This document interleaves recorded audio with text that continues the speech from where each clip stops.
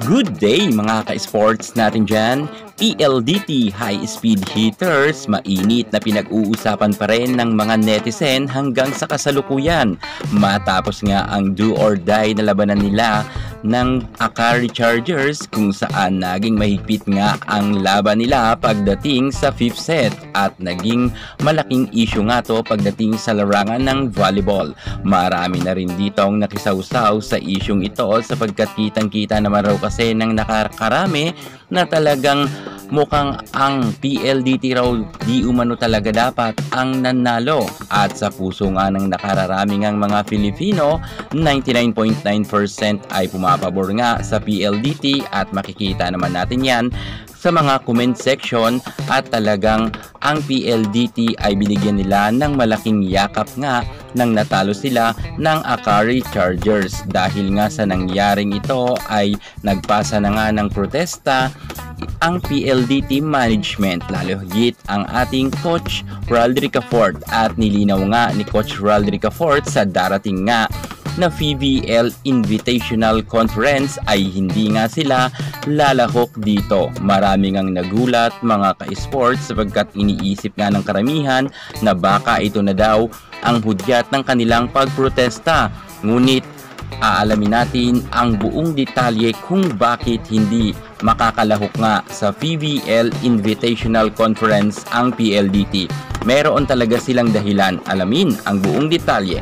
Pero bago ang lahat, kung bago ka muna sa aking YouTube channel, subscribe na. Click ang ating notification bell para lagi kang updated sa lahat ng issue sa volleyball. Susunod na.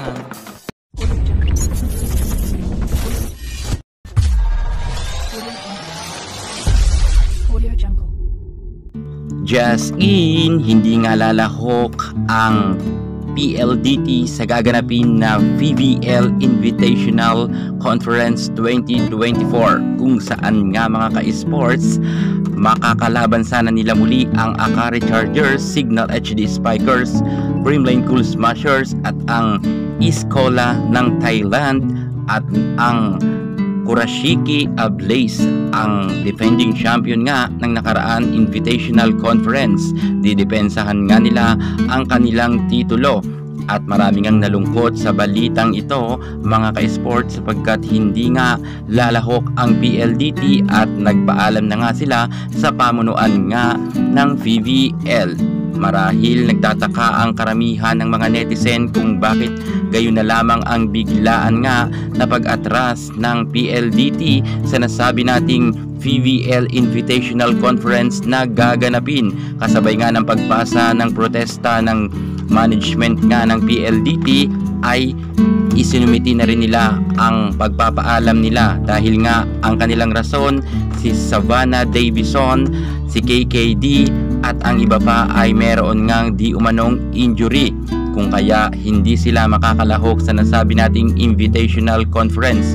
Yun talaga ang kanilang pinakadahilan kung kaya nga hindi sila sasali sa Invitational Conference na gaganapin ngang yan dito sa Pilipinas. Pero mga ka-sports natin dyan, maraming ang nagdududa na mga netizen na di umano ay baka talaga ito na ang isa sa paraan ng PLDT sa kanilang pagpuprotesta dahil nga sa kanilang ang kabiguan na manalo nga kontra sa Akari Chargers dahil feeling talaga ng ibang mga fans nga ng PLDT ay nadaya talaga sila.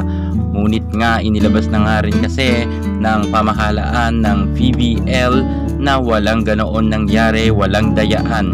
Gayunpaman mga ka-sports, inirerespeto naman ng karamihan lalo higit ng mga fans nga ng PLDT sa kanilang ang pag-atras sa gaganapin na PVL Invitational Conference. Siguro aabangan na lang natin sa Open Conference or sa PVL Reinforced Conference ang PLDT. Sana ay okay na itong si Savi para maging maganda rin ang laban ng PLDT. At alam natin na malaking kawalan rin si Savannah Davison sa kanilang ang team. Lalo't sana maging okay na rin itong si KKD dahil alam natin na malakas ito na opposite hitter at alam natin na makakatulong talaga siya ng gusto. Abangan na lang natin ang mga pasabog ng PLDT sa next conference.